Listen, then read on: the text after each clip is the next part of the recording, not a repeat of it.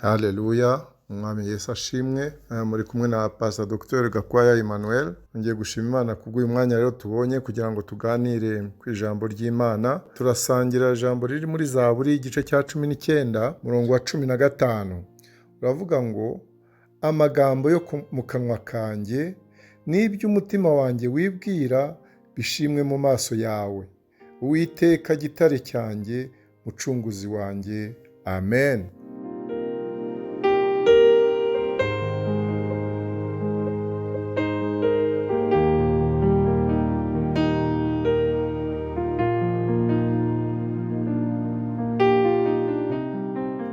Aya magambo ni amagambo twavuze kuko Zaburi ubundi bivuga indirimbo, ni indirimbo ariko hano ni ituro ry'ishimwe rihawe Uwiteka. Uwayihimbye iyi ndirimbo yumvaga Uwiteka yagombye kumenya, kandi arabizi, yagombye kumenya amagambo, ibyo umuntu avuga mbese n'ibiri mu mutima w'umuntu, ibyo byose bikaba bishimwa n'Uwiteka. Burya hariho umuntu ushobora kukubwira ikintu ariko atari icyo atekereza, akaguhisha icyo atekereza, kuko umuntu burya afite uko ateye, kuko ubwe hari uko yiyizi, hari n'uko abantu bamuzi, hari n'uko ari nyako. Uko ari rero ko kuzwi n'Imana, kuko niyo imenya umuntu. Ariko rero umuntu burya hari ukuntu yimenya, hari n'ukuntu abandi bamubona, hari rero n'uko ari nyako. Uko ari rero bimenywa n'Imana. Hano rero uririmba iyi ndirimbo ya Dawidi ashaka ko amagambo yo mu kanwa ke ndetse n'ibiri mu mutima we, n'ibyo atekereza, ibyo yibwira n'ibyo avuga, byaba bishimwa mu maso y'Uwiteka. Haleluya. Uwiteka rero akaba igitare cyanjye, akaba igitare cye, kandi akaba n'umucunguzi wanjye wawe. Hano turabona yuko iyi ndirimbo ni ituro ry'ishimwe ry'Uwiteka.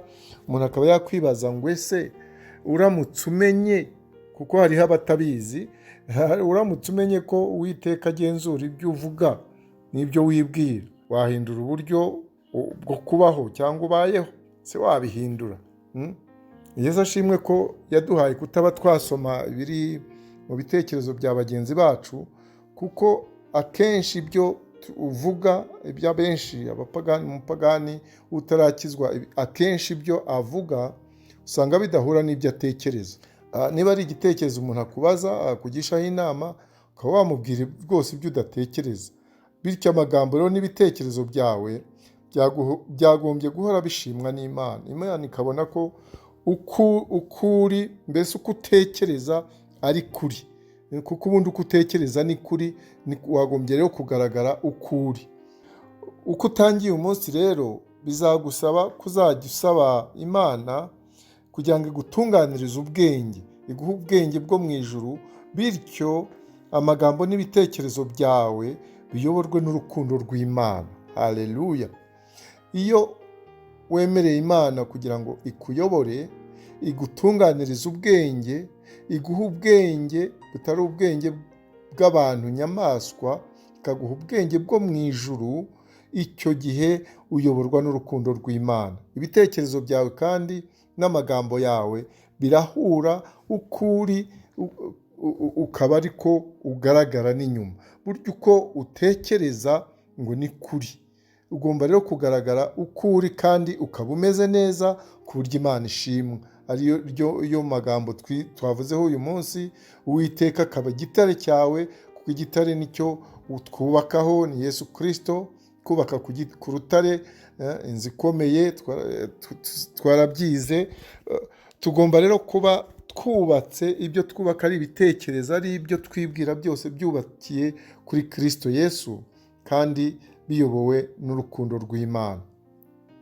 Tugomba rero guhora dushima, tugomba guhora duhimbaza Uwiteka, tugahitamo ko atubwiriza, akatubwiriza ubwenge bwo mu ijuru, akatubwiriza ibitugirira umumaro, bikaba ari byo bikora mindset yacu, mbese ibitekerezo byacu iyo ari byiza, natwe ubwacu umubiri wacu uba mwiza.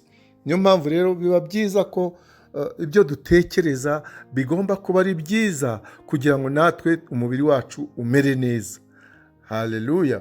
Uwiteka rero abahe umugisha kandi abagirire neza, kugira ngo muhore musaba Imana kugira ngo ibyo bisohoka mu kanwa kanyu bivuye mu bitekerezo, bivuye mu mutima wanyu, bibe biboneye kandi bishimwa n'Uwiteka. Uwiteka abahe umugisha kandi abagirire neza mu izina rya Yesu. Amen, amen, amen.